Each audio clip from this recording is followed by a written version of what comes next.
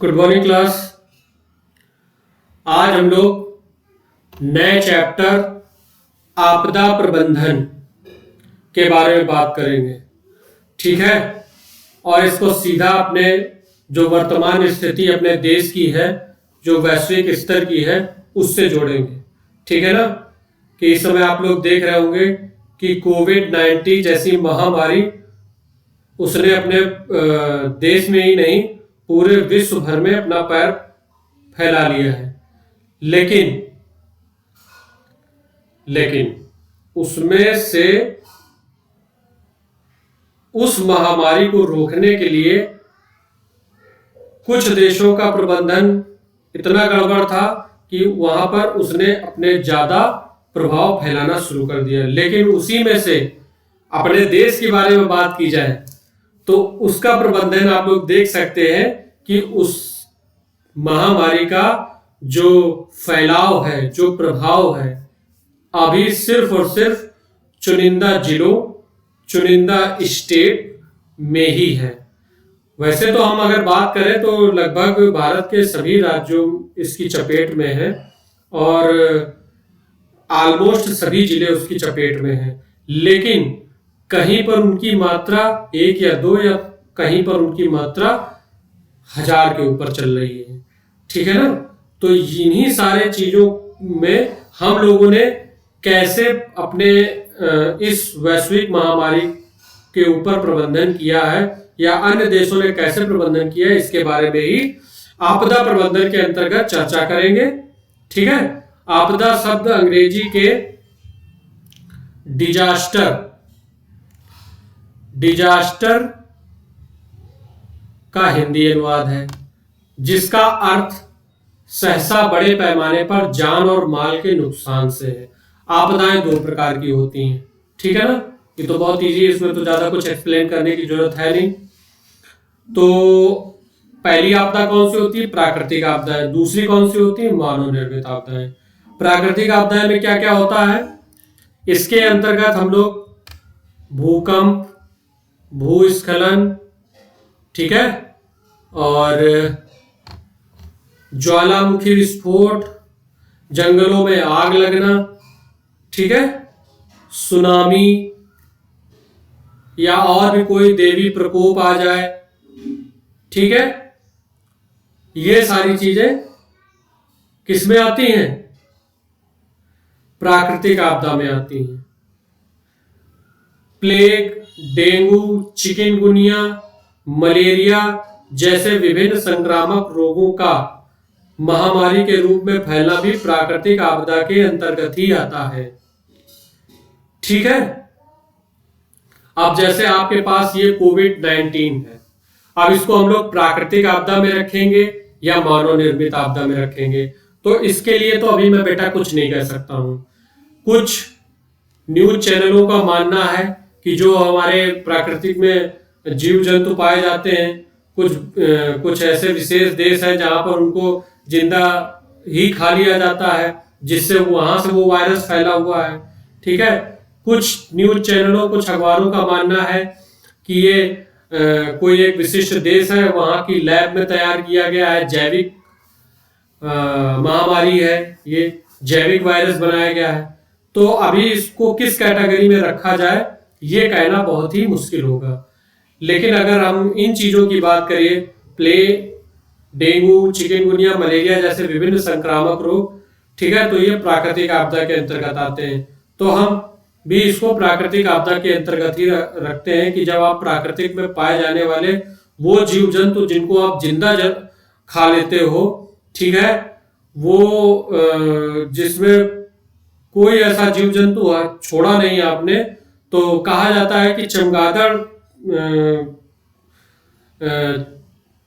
एक ऐसा जीव है जिसको खाने से इस वायरस की उत्पत्ति हुई है, ठीक है। तो हम इसको प्राकृतिक आपदा में भी रख के बात कर सकते हैं, ठीक है। इसके बाद नेक्स्ट है मानव निर्मित। तो अब इसको मानव निर्मित आपदा में भी रख के देख लेते हैं, ठीक है। चूंकि अभी ये कंफर्म नहीं हो पाया है कि ये प्राकृतिक है या मानव निर्मित है। तो अगला पॉइंट है मानव निर्मित आपदाएं। इसके अंतर्गत क्या होता है, जो मानव के द्वारा बनाई जाती है, जैसे युद्ध की विभीषिका, नाभिकीय विस्फोट, बमबारी, ठीक है, जिनसे सामान्य नागरिक प्रभावित होते हैं। आजकल युद्ध के रूप में जैविक युद्ध, रसायन युद्ध भी है, जो अत्यंत घातक है। जैसा कि मैंने आपको पहले भी बताया कि कुछ एक विशिष्ट देश जो है उसके किसी प्रयोगशाला में इस ऐसे वायरस का निर्माण हुआ है, तो उसको हम लोग जैविक हथियार के अंतर्गत भी यूज कर सकते हैं और मानव निर्मित आपदाओं में भी पढ़ सकते हैं, ठीक है। लेकिन जब तक क्लियर ना हो तब तक उन सारी चीजों के बारे में बात करना महज सिर्फ और सिर्फ एक इत्तफाक होगा, ठीक है ना। जैविक युद्ध के लिए अनुकूल वातावरण में विभिन्न जीवाणुओं, विषाणुओं के साथ साथ विभिन्न और घातक मच्छरों का संवर्धन कर उन्हें डिब्बा बंद कर शत्रु कैंपों पर विमान से छोड़ दिया जाता है, जो अत्यंत पर्याप्त क्षेत्र में फैलकर महामारी का रूप ले लेते हैं, ठीक है।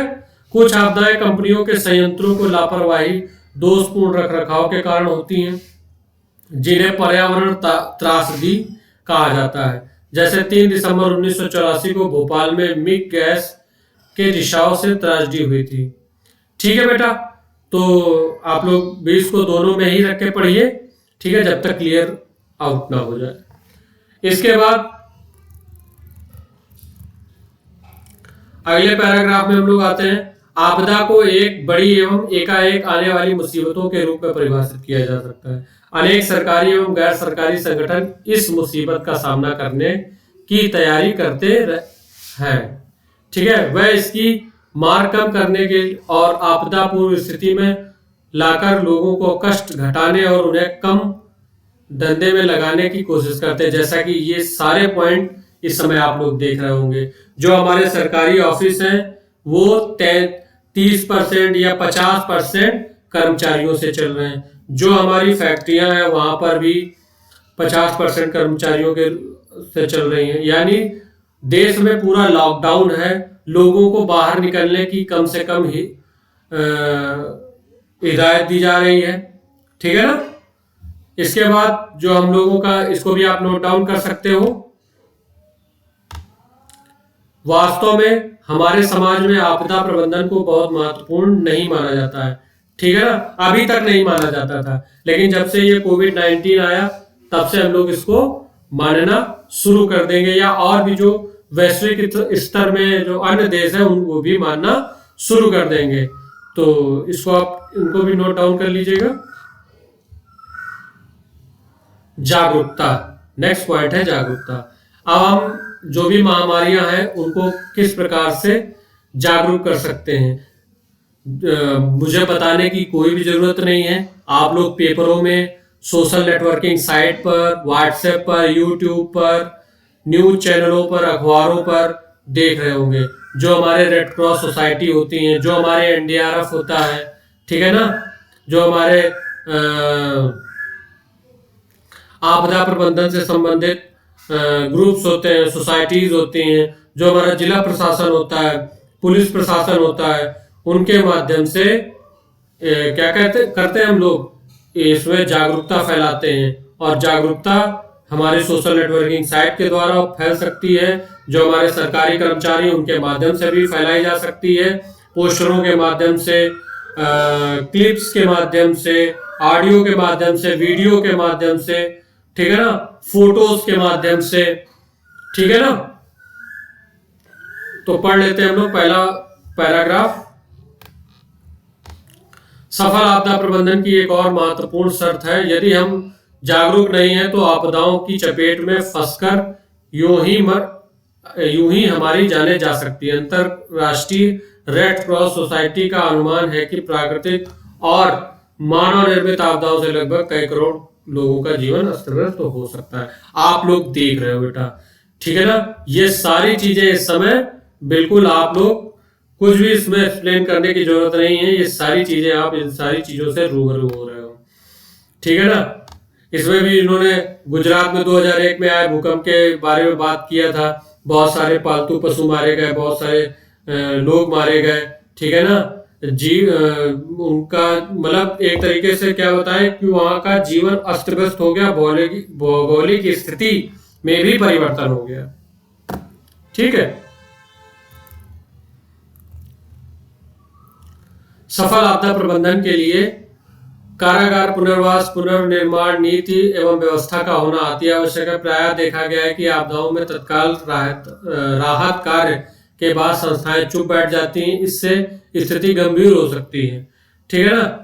जन स्वास्थ्य सामुदायिक सफाई के लिए स्थानीय युवाओं को प्रशिक्षित कर उनकी सेवाएं ली जा सकती हैं। पुनर्वास में ध्यान रखना चाहिए कि व्यवस्थाओं टिकाऊ एवं प्रभावी हो। कई जगह पुनर्वास के नाम पर फटे टेंट या पुराने टीन सेट के इंतजाम पर हुई खर्चों में थोड़ा और जोड़कर स्थायी पुनर्वास भी किया जा सकता है। ठीक है ना। तो ये सारी चीजें हैं। इन सबके अतिरिक्त आपदा प्रबंधन संबंधी कुछ अन्य सुझाव हैं। क्या सुझाव हैं उनको भी हम लोग जान सकते हैं। सुप्रशिक्षित कार्यदल घटना स्थल पर उनकी यथाशीघ्र उपलब्धता। ठीक है, आप लोग देख रहे होंगे।